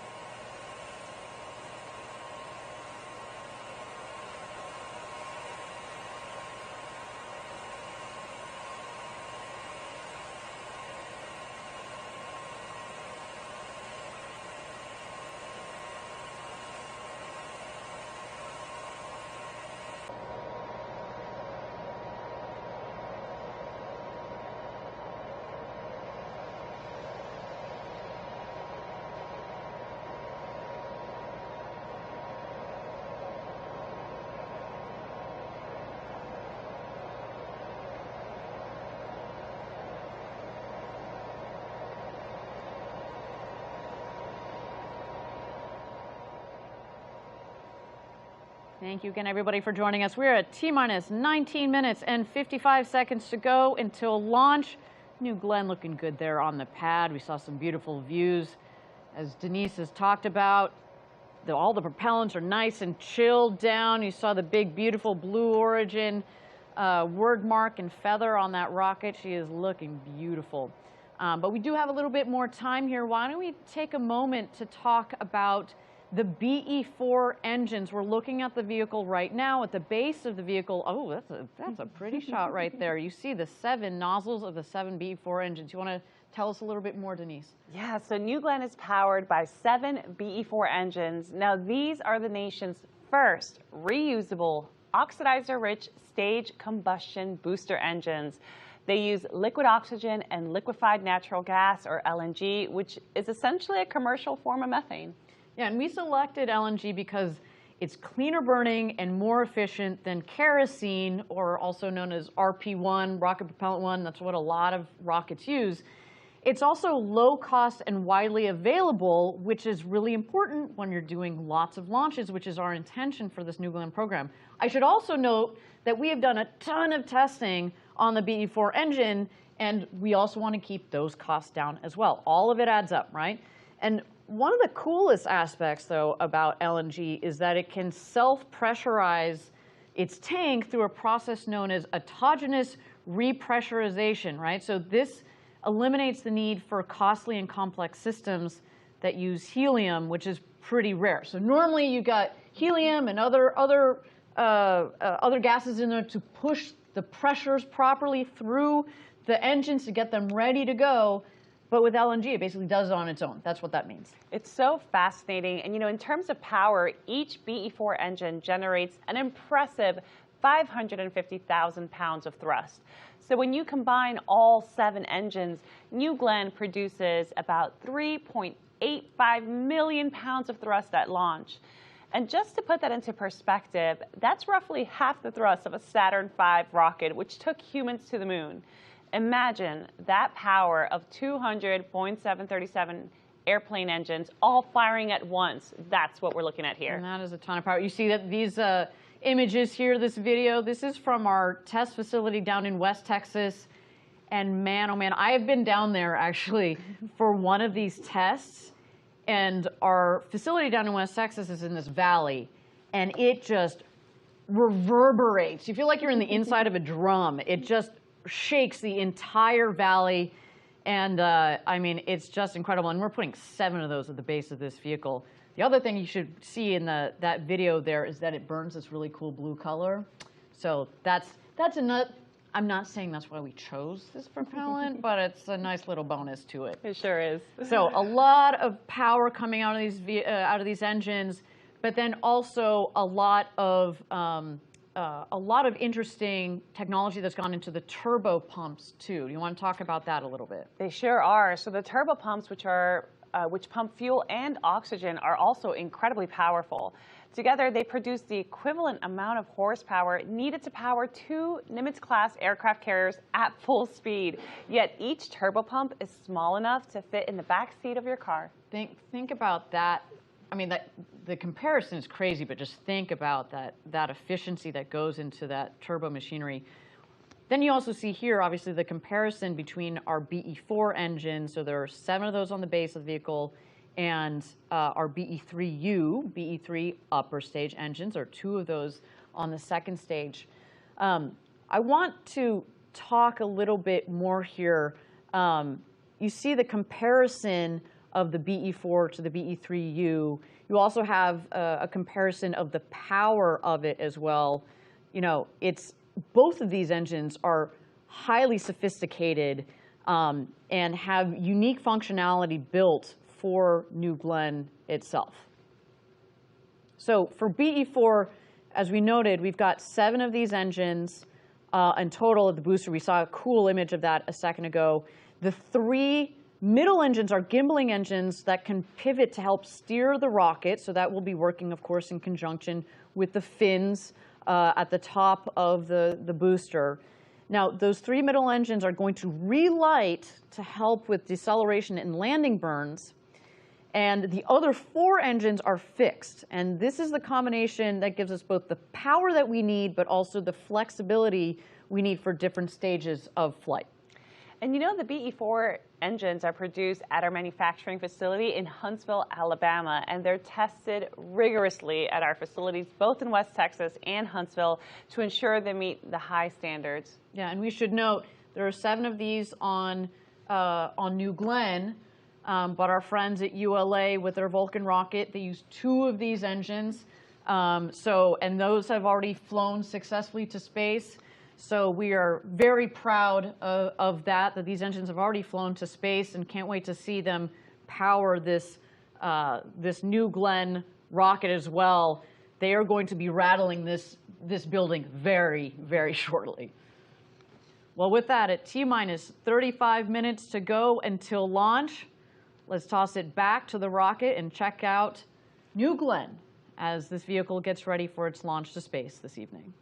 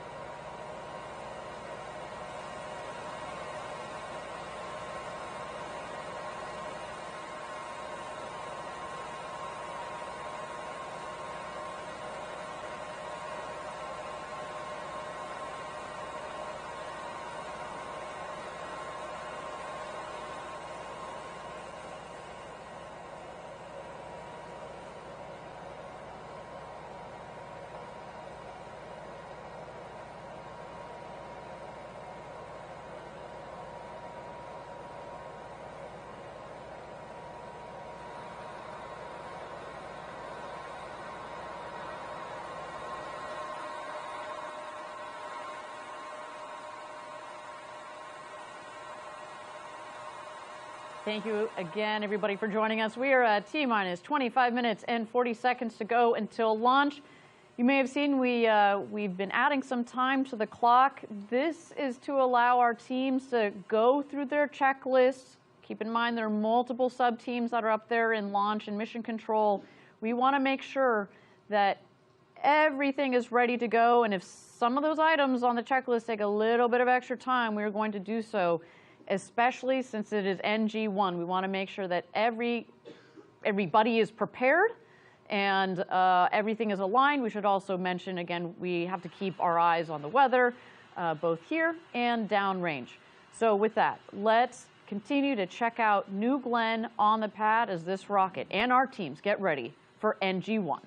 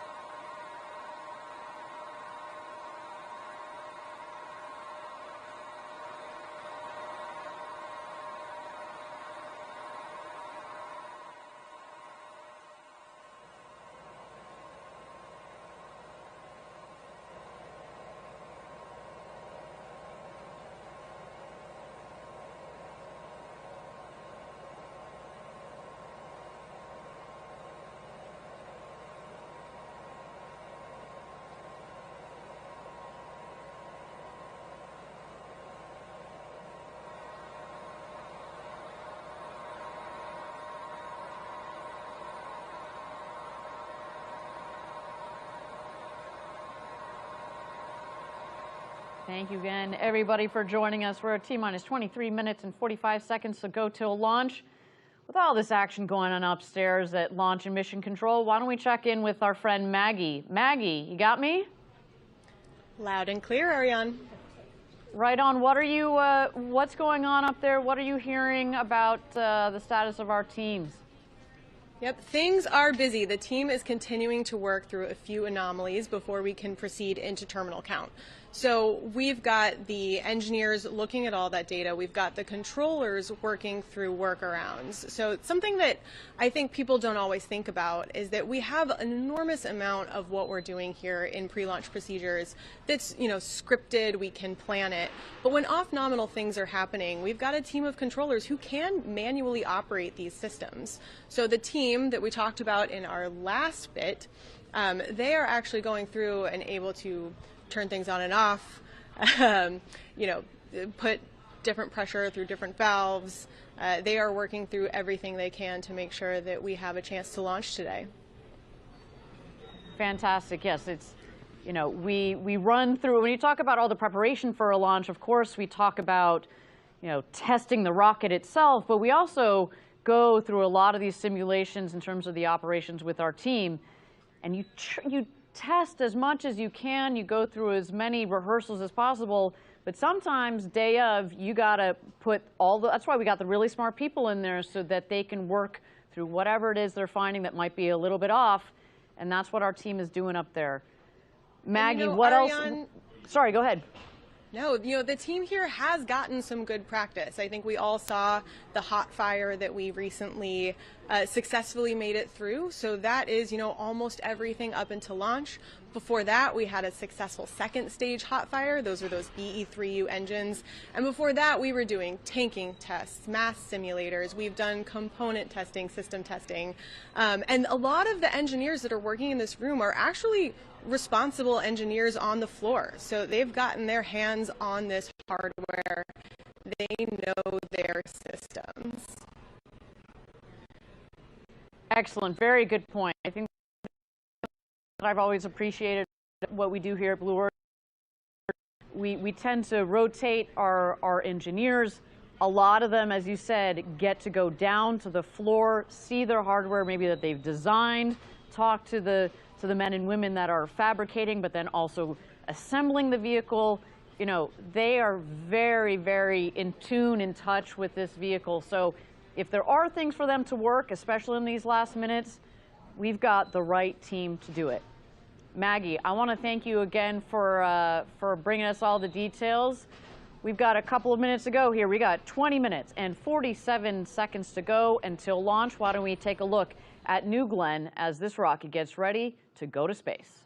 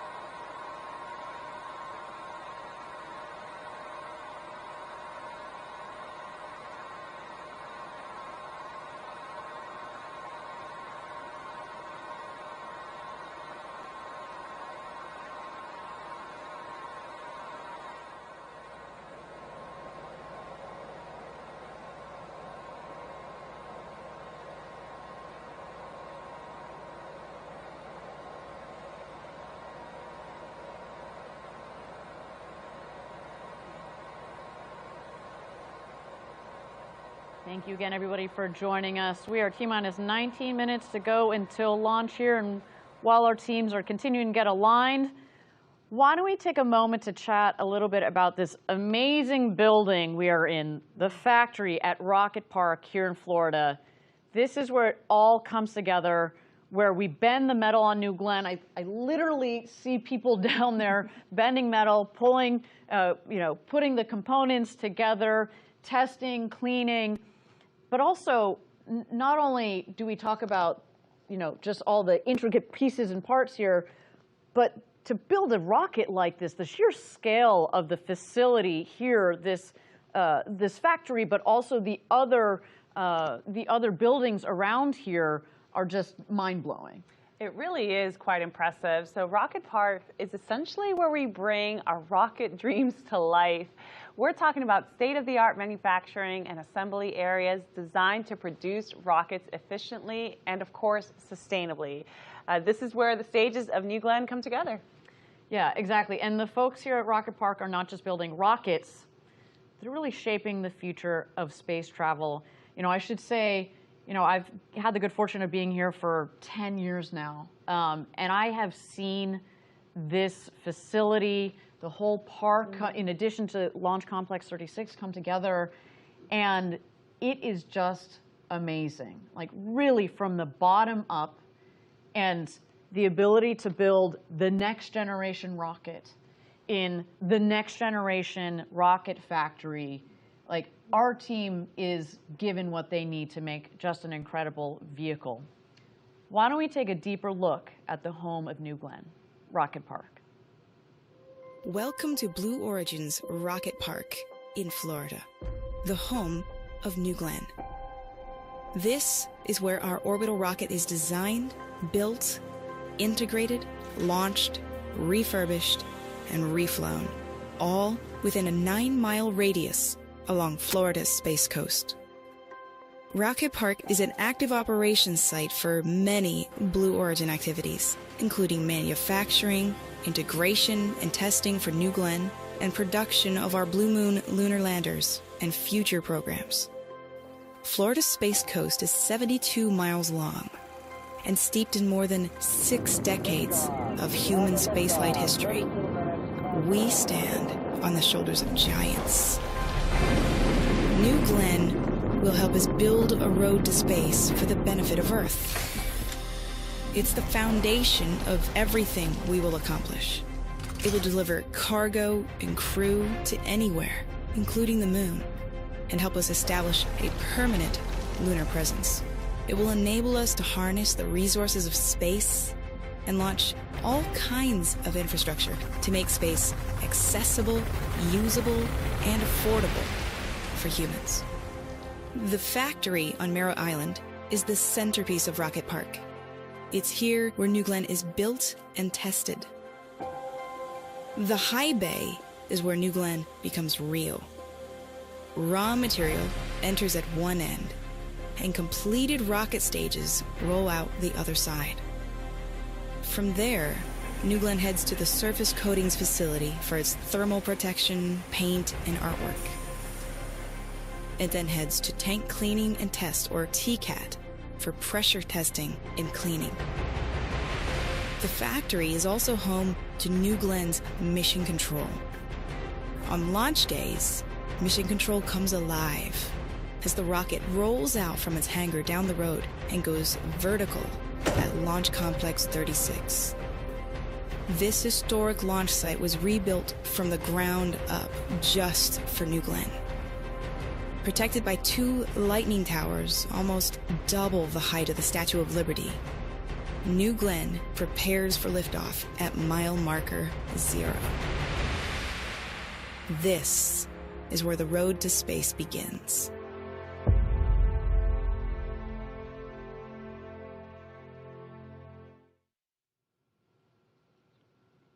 What a beautiful area Rocket Park is in. There's just so much history here on the Space Coast, and we are eager to write our own chapter with New Glenn.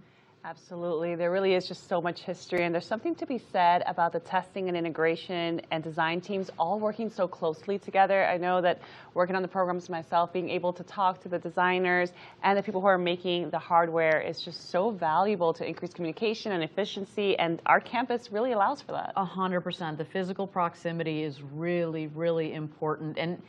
And it's not known, actually, but historically rockets have launched out of the Cape, but they haven't been built here. And so to be able to build our rocket here, do the integration here of the rocket, but then also obviously the payload with the rocket. And then when we get GS1, we get the booster back, we'll be doing all of the refurbishment here. That is so important, that co-location, to have that all come together. And, you know, I love that video because you see all the action. As I mentioned, you know, it's so funny. I was looking through photos earlier today, and I've got photos in the flame trench when they were just putting it up. Amazing. You know, they were pouring concrete. You know, I remember being in this facility when there weren't doors on. It was just, you know, dirt on the ground. I remember no joke, we had a poll when they were clearing the land for this rocket park as to how many turtles we would find, because we have to relocate all of the turtles because there's incredible wildlife in this area. So of course we wanted to make sure that we protect those animals and the wildlife. And so we had a poll as to how many turtles we were going to find. God, I wish I could remember. I was going to say, do you remember? I know. I didn't win it, clearly. But, you know, there's just so much work that went into building this facility from the ground up. And to be here today is just, it feels surreal in many ways. And, you know, I was just talking a little bit about the factory itself, but the launch complex, you know, LC-36, as you touched on earlier this evening, has been around for a long time, has been where many historic rockets and missions have launched from. And we basically stripped it down to the ground and rebuilt it for this world-class rocket for decades to come. You know, we invested in this facility knowing that we're going to be here a while. With that said, we also here at Blue Origin like to pay homage to the giants who have the shoulders upon which we stand, right? Like the vehicle, of course, is named New Glenn.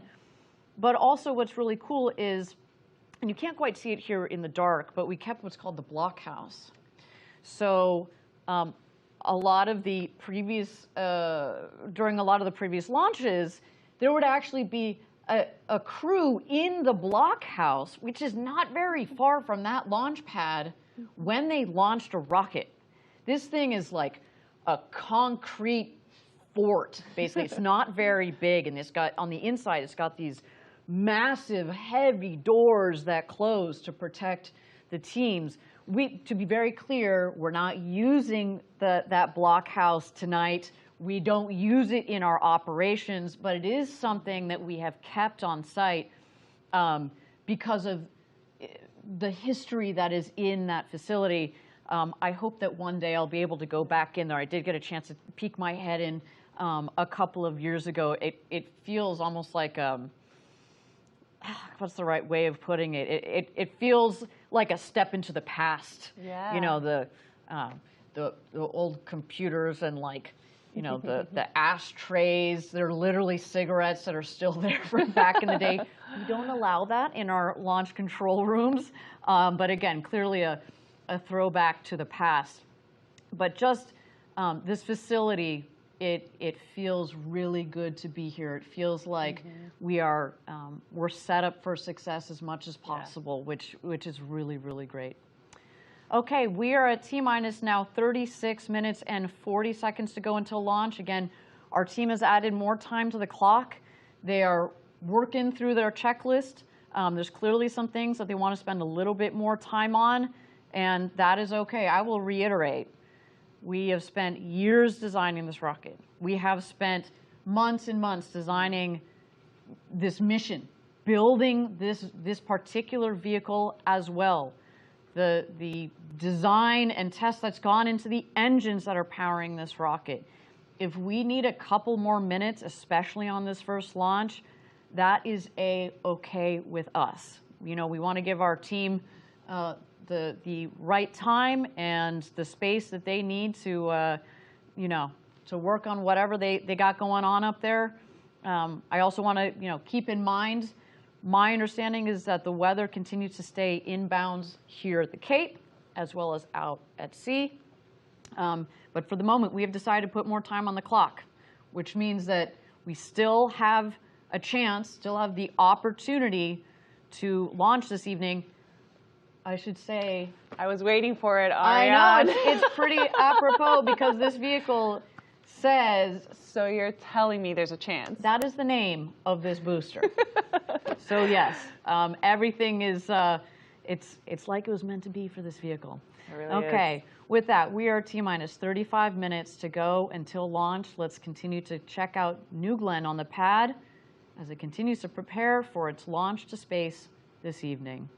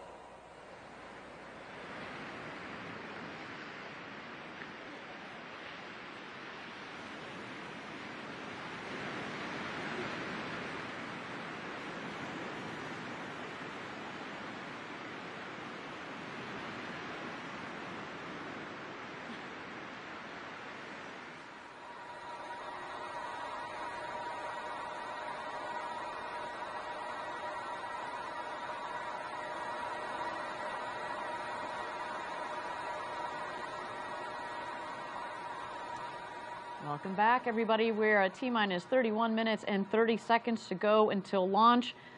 As you may have noted, we continued to add time back to the clock. That, of course, is to make sure that our teams are aligned. I do understand that we're working an issue. That is okay. That means, you know, if we're adding time to the clock, it means that the team thinks that there might be a possibility that we can sort it out so we can get to a launch this evening.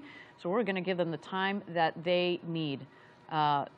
Beautiful launch of the, beautiful view of the vehicle on the pad there. From the outside, she sure looks ready to go, but of course, there's so much that goes into a complex vehicle like this. But since we do have some time, why don't we take a closer look at our vision and mission at Blue Origin? You know, as we've said time and time again, we're building a road to space for the benefit of Earth. This vision isn't only about exploring space, it's about making life better here on Earth. Let's check it out a bit more about our vision. New Shepard is just the beginning. The first step. From the very start, it's only been about one thing: Earth. Earth, our Blue Origin. We've sent robotic probes all over the solar system, and it's full of wonders: gas giants, rocky moons. Earth is the best planet. It is not close. Despite the variety, despite the wonder in the solar system, there's no place like home. Earth is our home, and there is no other place like it. All life on Earth are uniquely matched to this planet. There's nothing like it anywhere else in the solar system. Not even close, no way. We have no choice but to preserve Earth. Preserve this planet, this one. we get to focus on the future, and the future is nothing without Earth. For almost all of human history, to work on in the here and now. But there are also long-term problems. We can't wait to work on the long-term problems. We have to work on both. One fundamental long-term problem. We will run out of energy on Earth. It's just arithmetic. It's going to happen. Humans have always used about 100 watts of power. That's our natural metabolic rate. But in our developed technological society, we use over 10,000 watts of power per person. Humans' use of energy is not actually a bad thing. We live in an era of dynamism and growth. There are so many good things that happen when we use energy. Think about technology, transportation, hospitals, data. As humans, we are at our best when we are inventing, when we are growing, when we are making progress. But humans are doubling our energy use every 25 years, and that's unsustainable. Today, you could cover all of humanity's energy needs by covering the state of Nevada in solar cells. But at that rate of growth, in 200 years, you'd have to cover the entire planet in solar cells. What can we do? Can we be more efficient? Yes, but we have been. Today's technology is more efficient in nearly every manner. We are gaining efficiency, and yet, when we gain more efficiency, what do? We use more energy. We have an ever-increasing demand for more energy. So what if we just use less? Well, that doesn't work either. Throttling energy use means slowing down progress. You stop living in a world of abundance and you move to a world of scarcity and rationing. There has to be another way. There is another way.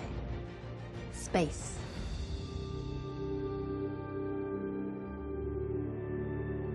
Space is full of abundant resources and energy. Space is vast and practically limitless. If we can learn to harness the power of space and the resources of space, we can tap the limitless resources to help preserve this planet. We can go to space for what we need. We'll make it routine, safe, and cost-effective to get there. We will build the rockets and the destinations for doing real work in space. We can do even more than this. We can move the most polluting industries from Earth into space, where they can't hurt the Earth or the environment. We can return Earth to a beautiful, natural state. It will be like a garden, like a national park, a place for education, for creativity, and for recreation. A place for enjoyment and for nature to thrive. In space, we can expand humanity. We don't want to leave Earth behind, but preserve it and expand humanity into space. We can have 1 trillion humans in the solar system, which means we'd have 1,000 Mozarts and 1,000 Einsteins. This would be an incredible civilization. Humanity will grow and progress and use energy for good.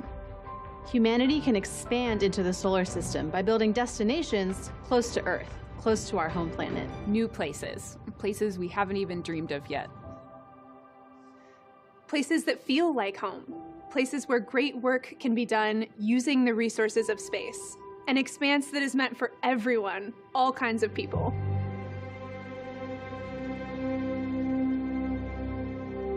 This is a hopeful future, an enduring human presence in space. Space is the long-term solution for Earth. We are building a critical part of the infrastructure that's going to allow others to unlock the road to space so that future generations can unleash their creativity. It won't be easy. Space must become much, much more accessible to make this vision a reality. Big things start somewhere, and that somewhere happens to be today. There are certain gates we have to go through, certain prerequisites. If we don't do these, we will never get there. First, we have to radically lower the cost of access to space. This means reusable rockets. We have to get really good at using rockets over and over. Reusable rockets, reusable engines. Once you learn how to do that, you can basically start spinning this flywheel where the more you fly, the cheaper it gets. The cheaper it gets, the more you fly. Launch, land, repeat. Going back and landing a rocket is really hard. And it is absolutely essential that we get good at that so that we can drive down the cost of launch vehicles. BE-3, BE-4, BE-7, all made from the ground up to be reusable propulsion systems. Operational reusability. That means making space travel as routine as air travel is. This is what will radically bring down the cost of getting to space. And we are bringing all of that learning to New Glenn, the next step of building the road to space. Once you have low-cost access to space, the next gate becomes harnessing the resources of the solar system. There are so many more resources up there in space than there is on our planet. I mean, everyone's familiar with this idea of locally sourced goods, and this is just a really extreme version of that. The moon is where we'll learn to do all this. The moon has a vast quantity of resources. And if we can learn to harness those resources, we can travel without stressing the Earth. That's the goal. We'll go to space, and we'll use its resources to power our transportation and build destinations. Anything we need, we will use the stuff in space to make it happen. The moon is the next thing. We're going back. It's time to go back to the moon, this time to stay.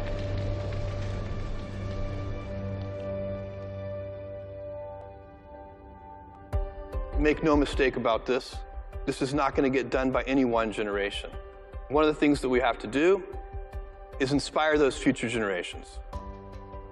This vision of millions of people living and working in space for the benefit of Earth is a very, very long-term vision.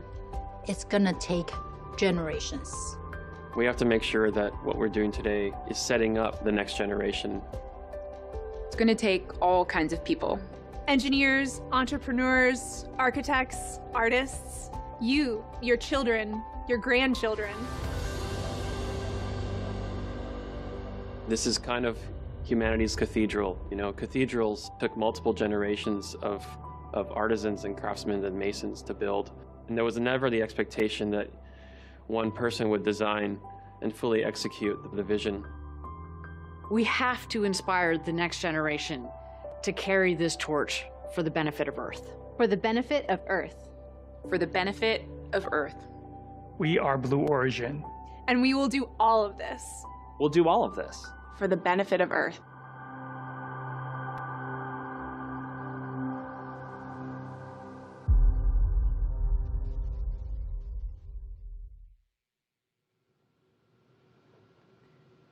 such an inspiring message. You know, actually our very name, Blue Origin, means Earth, right? So, you know, when our future generations are out there looking back, they will look back at their blue origin, at Earth, right? And so we really need to protect this planet. The other reason why I love our name, Blue Origin, is it means Earth. It means all of us. We are building these really cool, you know, pieces of space technology, not only just for one country, not only for one hemisphere, it really is for the entire world.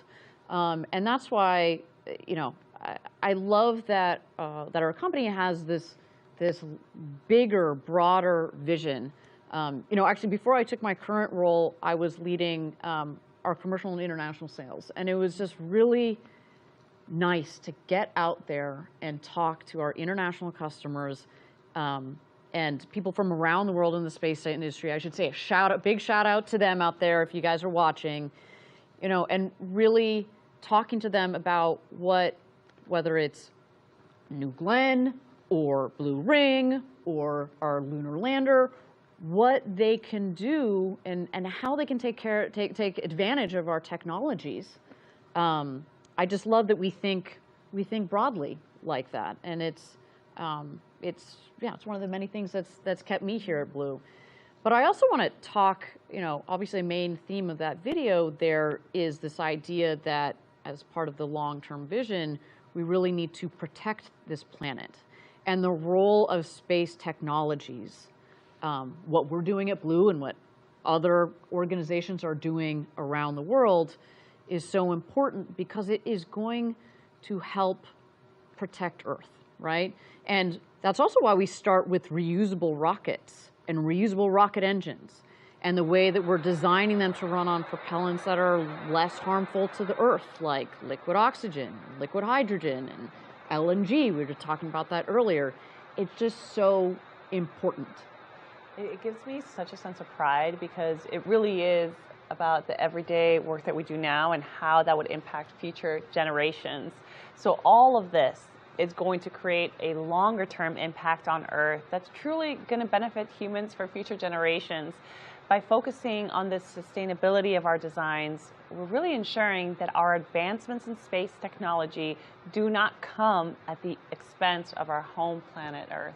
Yeah, you know, a couple of minutes ago, we threw it back to our co-host Eddie out there at Cars Park, and again, talking about the multiple generations, how cool is it that he was there with the father-son pair that both work at Blue, plus the son's daughter that's there, and she's just going wild over space, and she can't wait to see, you know, this rocket launch. We have to think in that sort of generational time scale, right? There's also, you know, our teammate that's up in launch control, whose grandfather worked, you know, on Apollo, and here she is, you can see she's pregnant in the photo. Like, who knows what her child is going to end up doing? And hopefully, what we're doing here at Blue is going to benefit, again, these next generations. We're building the road to space with these first initial steps tonight. You know, New Glenn. We're also talking about Blue Ring. Blue Ring is one of the first building blocks of the infrastructure that's up there in space, right? It's not just about the transportation, which is crucial, don't get me wrong, but then once we're up there, you know, we're going to need to support others, you know, in this case, you know, our customers, but also ourselves, when I say ourselves, Blue Origin and some of the missions we're doing, as we build our capabilities out there. By definition, space is infinite. And so if we can take advantage of that, and if we can put things up there that will help us take advantage of that, I mean, for the benefit of Earth. For the benefit of Earth, the future is bright. Okay, with that, we are T-minus 16 minutes and 40 seconds to go until launch. Our teams continue to get aligned. They're working on a couple of issues. This is our first launch. They need that extra time. We're going to give it to them because otherwise speaking, this team is ready to rock and roll, and that rocket there looks chilled in and ready to go to space. So with that, let's continue to check out New Glenn on the pad, ready for NG1.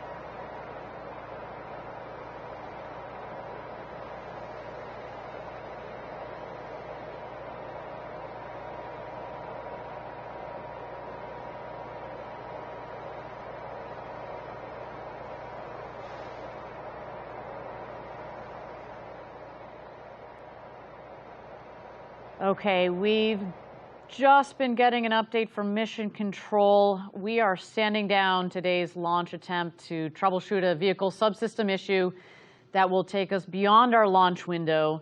We are reviewing opportunities for our next launch attempt. So we've scrubbed today's NG-1 mission to give the team more time to work that issue, and we're reviewing what other things that we might need to get done in that period. When we know when the next opportunity is, of course, we will let everybody know. Now, to give the viewers a sense of what happens next, the launch team is now working to detank and safe the vehicle. From there, we're going to assess, as mentioned, what other things we might want to get done in our downtime, and that is what's going to guide when the next launch opportunity will be. Follow us on social media. That's the way to stay up to date on announcements for that next launch attempt. We do want to thank you for joining us. We can't wait to get right back here for our next launch attempt. Stay tuned. Gradatum for Rossiter.